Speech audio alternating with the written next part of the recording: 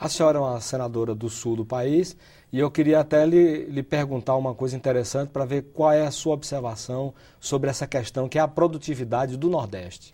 Olha, a produtividade do Nordeste muito baixa, deu 1.778 quilos por hectare, contra, por exemplo, a sua região, a região sul, de 3.770 quilos por hectare. Pois é. Como fazer para corrigir em termos de políticas evidentemente agrícolas? Que o caso do Nordeste tem o problema dos solos, tem o problema da irrigação, o problema da falta de água em algumas regiões produtoras. Então, é um complexo muito grande. Há anos o Nordeste se debate quanto a isso.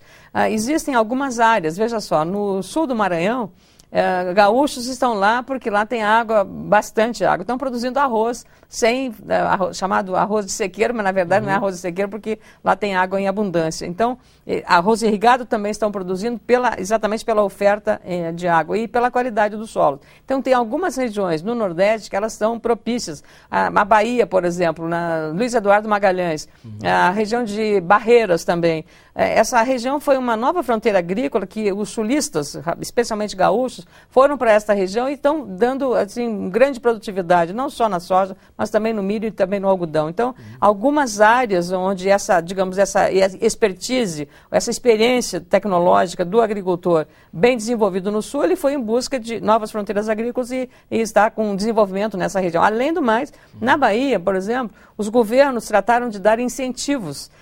Máquinas agrícolas não pagam ICM, diferente dos outros estados do sul do país, por exemplo. Então, isso também atraiu muito, isso foi uma guerra fiscal, mas ajudou o Brasil, Então, isso é positivo nessa medida que ampliou a fronteira agrícola para áreas que não eram exploradas. Mas penso que é preciso fazer um trabalho intenso da área tecnológica. Nós temos órgãos maravilhosos. A Embrapa está fazendo um trabalho muito importante em relação a isso. Agora, eu fiquei apreensiva, Elival, porque nessa semana eu ouvi o senador Vital do Rego, da Paraíba, fazendo um pronunciamento lá sobre o endividamento agrícola.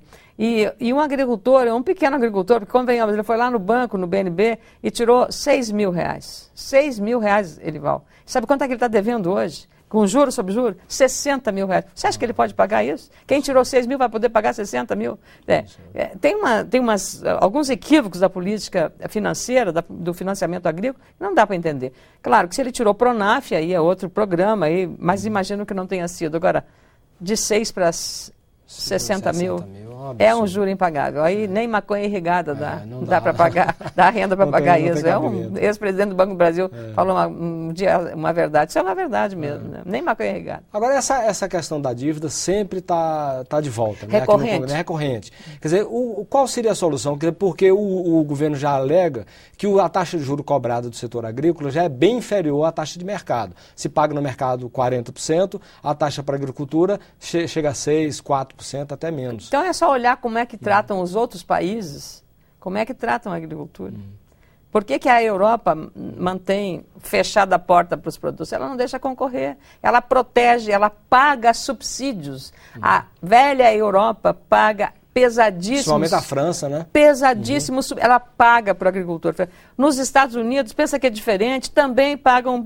Por isso que se diz que enquanto o produtor de soja americano ou de milho, enquanto o brasileiro planta e fica olhando para o céu para saber se vai chover, se São Pedro vai ajudar, porque depende do clima, basicamente. O que acontece? O agricultor americano olha para o Capitólio, olha lá para Washington, para o Tesouro americano, porque é de lá que sai a grana para pagar o subsídio que ele tem. Então, ele não tem problema de renda nunca.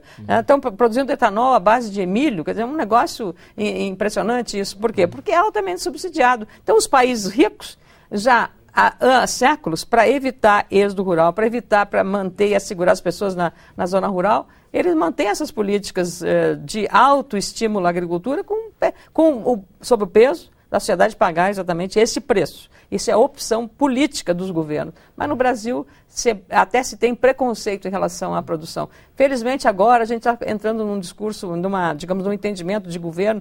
Eu acho que a presença da presidenta Dilma Rousseff, ela tem uma visão muito pragmática a respeito disso.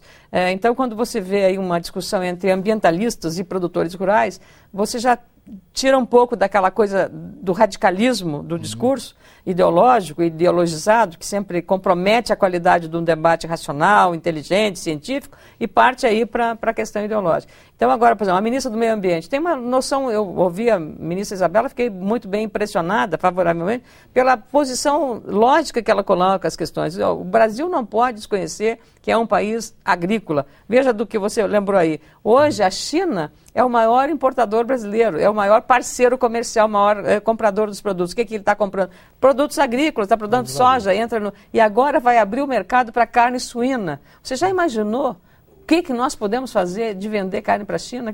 É uma enormidade. Então, isso pode abrir portas, se o governo brasileiro for ativo na área diplomática, outras portas para o setor agrícola, já que nós estamos comprando da China um monte de quinquilharia, né? Então, temos que fazer no comércio um tomar lá da cá.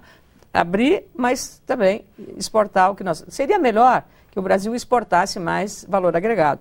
Em vez de grão de soja, que a China espertamente não cobra nenhum tributo, nenhuma sobretaxa, mas qualquer valor agregado que tiver, a China cobra. Então, sobre farelo ela cobra, sobre óleo ela cobra, sobre qualquer valor agregado que dá o grão, não. Mas o grão não. Só que é o produto primário. Produto primário, é a commodity, né? Então, mesma coisa. Mesma coisa do minério. Então, o Brasil manda o minério, né? E vende lá chapa para construção civil, material para construção civil.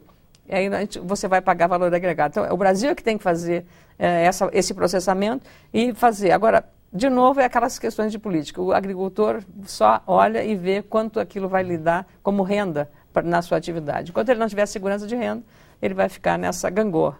Outra discussão